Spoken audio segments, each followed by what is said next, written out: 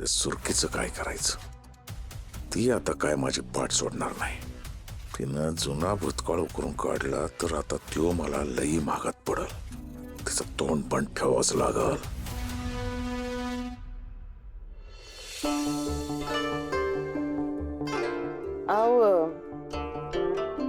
कसले तरी विचारात दिसतंय. नाही म्हणजे खरंच कसलं टेन्शन आहे का? असेल तर सांगा आम्हासनी, सगळे मिळून मार्ग काढू त्यातून. आपल्या दोघींच्या भांडणामुळे तर ते टेन्शन मध्ये आले नसतील ना? भांडण काय आजचं आहे का फुलात आहे? इतकी वर्ष झाले भांडतोय आपण, तेव्हा नाही या माणसानं कधी टेन्शन घेतलं ना. आज कशाला घेईल? काहीतरी वेगळाच विषय असणार आहे. आता मी विचारलं ना एकदा, आता तू विचार. आपल्या दोघीपैकी कुणाच नाही तरी सांग त्यालाच की. विचार. बर, उद्या विचारते. चल चल.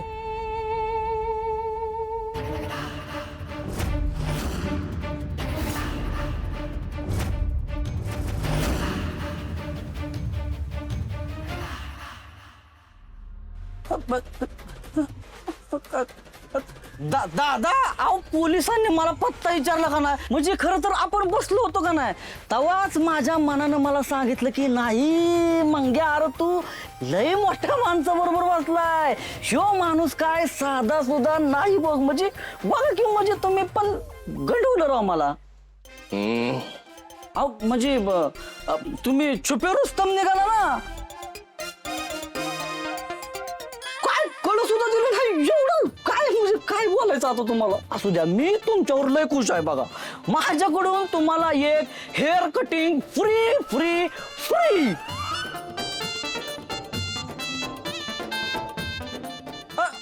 मालिश मालिश. पुढच्या जन्मी अव्वल दर्जाचे पोपट व्हाल तुम्ही. घाबरलात ना? पोलिसांना पाहून जे घाबरतात याचा अर्थ त्यांनी काहीतरी गुन्हा केलेला असतो. तुम्ही पोलिसांना पाहून घाबरलात याचा अर्थ तुम्ही काहीतरी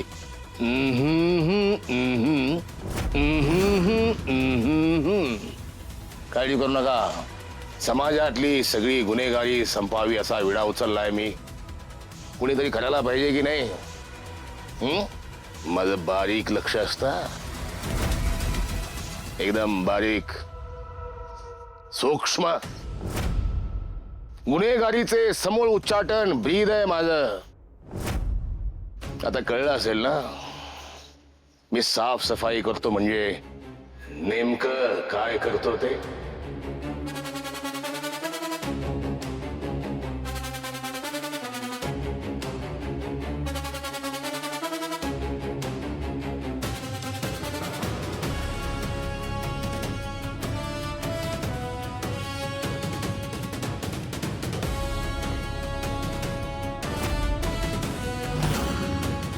गोपाळ नावाचे टेलर.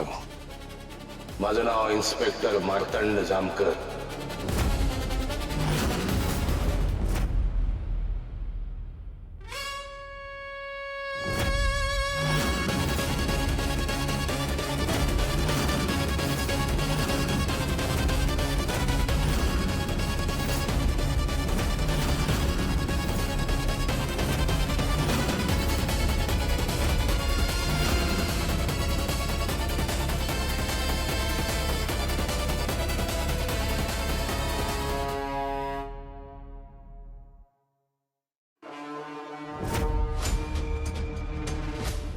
गोपाळ नावाचे टेलर. माझं नाव इन्स्पेक्टर मार्तंड जामकर.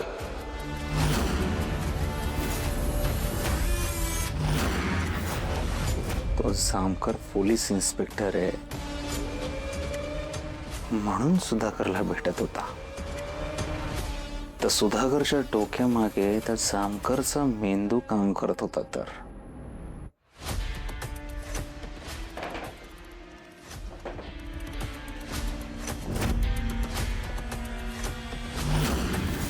हा जामकर नक्की याच गावात का आलाय?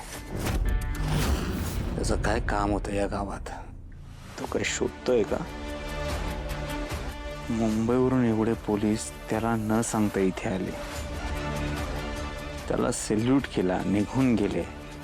याचा अर्थ तो मुंबईमध्ये कुठल्या तरी मोठ्या पदावरती कामाला असला पाहिजे. पण तो नेमका याच गावात का आलाय? कुठल्या मिशनवर आलाय का? त्याचं गंगाशी काही कनेक्शन असेल का, की कातळवडीशी काही कनेक्शन असेल?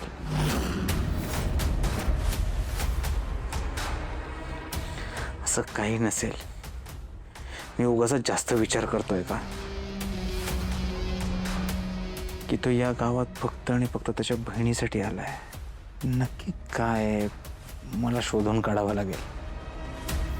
हो, चला जेवायला. अहो, तुमच्याशी बोलते मी. लक्ष कुठे आहे तुमचं? अहो, काय चाललंय? तिकडं आप्पा आणि इकडं तुम्ही असं कुठंतरी हरवत विचार करत बसलाय. तुमच्या रक्तातच आहे का हे, का त्यांचं वारं लागलंय तुम्हाला?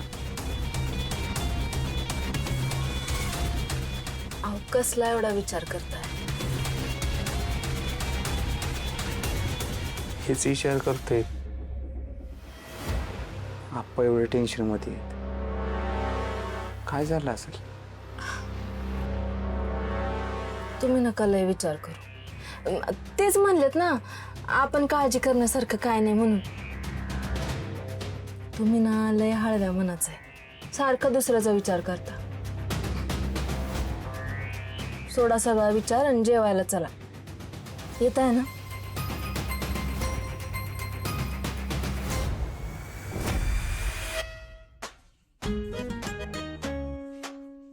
जेवाय वाढलंय, चला. हा चला. नग म्हणा. आत्या, सकाळपासून काहीच खाल्लं नाहीये तुम्ही. इथं नवराच माझा उपाशी असल्यावर माझ्या घशाखाली घास जाईल होय? हा म्हणजे माझ्या पण कशाखाली काही घास उतरणार नाहीये. मी म्हणलं का उगाच उतरतोय का बघू, मला बी नाही जेवायचं. रंजे, अगं तुला भूक सहन होत नाही, जा तू जाऊन जेवून घे. नाही नाही बाई, हे टेन्शन मध्ये असताना कसं जेवायचं? आता तेवढं म्हणती वाढले तर जाऊया ना, परत गारबीर व्हायचं. चालेल. असं म्हणतो. आई, ताट कळलं सगळी, जेवण करून घे. आप्पाला जेव्हा जेवायचंय तेव्हा जेवतील किती?